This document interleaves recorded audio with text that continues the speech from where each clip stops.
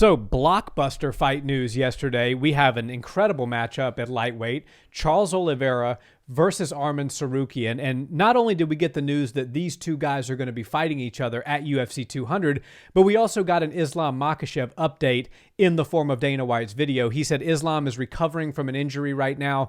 He's not going to be ready to fight until the summer of 2024, so just about 6 or 7 months from now. So essentially, we have a number one contenders match, and it's going to be Charlie Olives versus Arman Tsarukyan. Arman Tsarukyan notably has that loss against Islam Makhachev, but it went to decision when he was a much younger man back in his early 20s. So he says he's prepared and ready to take on Islam again. Oliveira certainly is deserving with one win. He's been to the top of the mountain. He's been the champion. So what do you make of this fight announcement, and how do you think that all of this looks for shaping up for lightweight for the rest of 2024? Well, these are some of my favorite types of fights. And we're not talking about the X's and O's because obviously that is going to be electric, start to finish. Charles Oliveira doesn't get the credit he deserves as being one of the most entertaining and exciting fighters that the UFC has on their roster. Yeah. I mean, he'll go out there, and he's got company like Justin Gaethje and Michael Chandler in the division that are all so explosive and dynamic, and people just give them all the shine. Oliveira is just like them. He goes beat out them, there. yeah. He beat them, and he did it with their sort of style. He's not trying to hold you down. He's going to go out there and trade with you. And Arman Tsarukyan is that young, hungry lion. He's never been to the top of the mountain. Charles Oliveira has, and he's come back down and gone back up a couple of times over in his career. Looked really good. He's all over the history books. He's basically set up a great spot for him in the Hall of Fame later on in his career. But Arman Tsarukyan, being that young, hungry lion, just knows that if he can knock off Charles Oliveira, he gets a rematch with the guy that's been keeping him up ever since he lost to Islam Makhachev. That's been eating at him. Yeah. And he saw the trajectory of Islam's career, and then he saw his own. And while it's wildly impressive, I mean, we're talking about a number one contender fight right now, but still, it was different than the guy that beat him, and I'm sure he had to deal with all sorts of adversity, and it's really interesting to see these types of fights take place because you've got an experienced veteran in Charles Oliveira who's going to come out and show this young guy exactly what it means to be at the top of 155, which everybody knows is the greatest division the UFC's ever had. It's the most competitive. It's just stacked top to bottom and has been for years. But if Arman Tsarukyan's able to get his hand raised over this veteran and able to show us maybe the new progress that is happening in MMA and show us some of the evolution of what guys like Charles Oliveira, Khabib Nurmagomedov, all the guys that he grew up watching, set in stone for him, and then he was able to take and run with, then we're talking about a very interesting fight. And so while I know this is a fight where there's a lot on the line and you have to be calculated and careful in those situations, Charles Oliveira doesn't allow you to be careful and calculated. He puts you into the fire. He puts you into the dogfight, and he usually does it right at the first bell, right as soon as the first round starts. So I think Arman Tsarukyan, has that tough situation where be careful what you wish for because you just might get it. He's got a hard fight to deal with Charles Oliveira.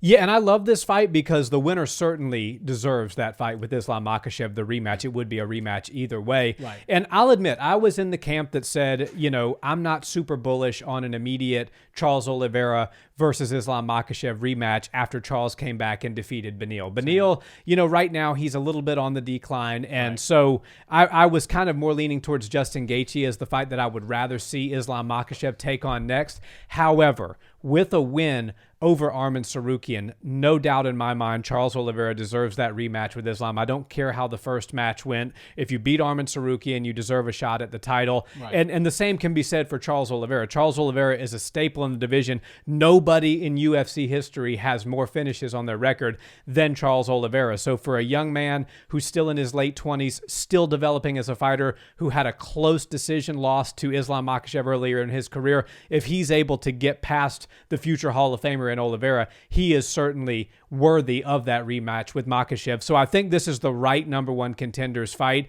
I'm excited that they made it. I'm a little bit surprised that Charles Oliveira actually took this fight. I thought he would try to push back a little bit and say, no, I'm the number one contender. I was the champ. I lost. I got caught, got submitted, whatever. But I came back and showed exactly how good I am against a guy who was in the top three prior in Beneil Dariush. And I'm just going to take my oars out of the water and wait for Islam. But no, he's taking on the most difficult of challengers that he could possibly take on in Tsarukyan. And Tsarukyan's difficult for Charles in a lot of ways because Tsarukyan has kind of the antidote to a lot of Charles' submission game.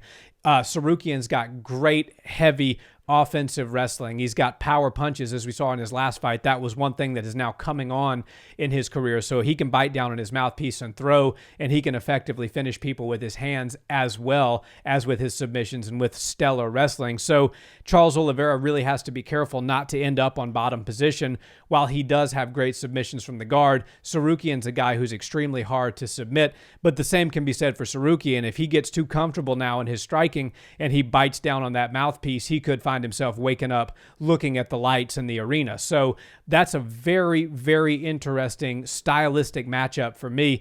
I think on the feet, it certainly favors Charles because he's very dynamic. He's got that heavy Muay Thai style. He throws hands like almost nobody else, and his record is reflective of that. But I think that if Tsarukyan is to have an advantage here, it's going to be to grind Oliveira out, make Oliveira start to make mistakes, because sometimes Oliveira, if he's not having a lot of success, he'll try to force things to happen, and that's where he gets a little bit off balance, and that's where those takedowns will come into play. And I think Tsarukyan, as big and strong as he is and as much youthful energy as he has, he may be able to start accumulating rounds via ground and pound and then make it a little bit harder for Charles to get that finish later on in the fight, especially when they're both slippery. That makes submissions more difficult, and then when your gas is depleted a little bit, it certainly makes knockouts more difficult. But all in all, an amazing matchup. I cannot wait to see it. And Islam Makhachev versus whoever wins this fight is an awesome next title fight at 155. Yeah, and I'm so glad the UFC let us in on that. Islam Makhachev is fighting the winner of this. This is a clear-cut #1 contenders matchup. There's not going to be any sort of issues, and they're not going to try to pull somebody or a big name in or out or try to inject somebody else quickly. We understand the next 6 to 9 months for the 155 division, the very top of it at least. And when you're fighting Arman Tsarukyan, you have to understand the threat of the takedown is just as big as the takedown. He's going to be threatening attempts to get you to the ground, to grind you down, to wear minutes off the clock, steal rounds, and then have you fighting from behind.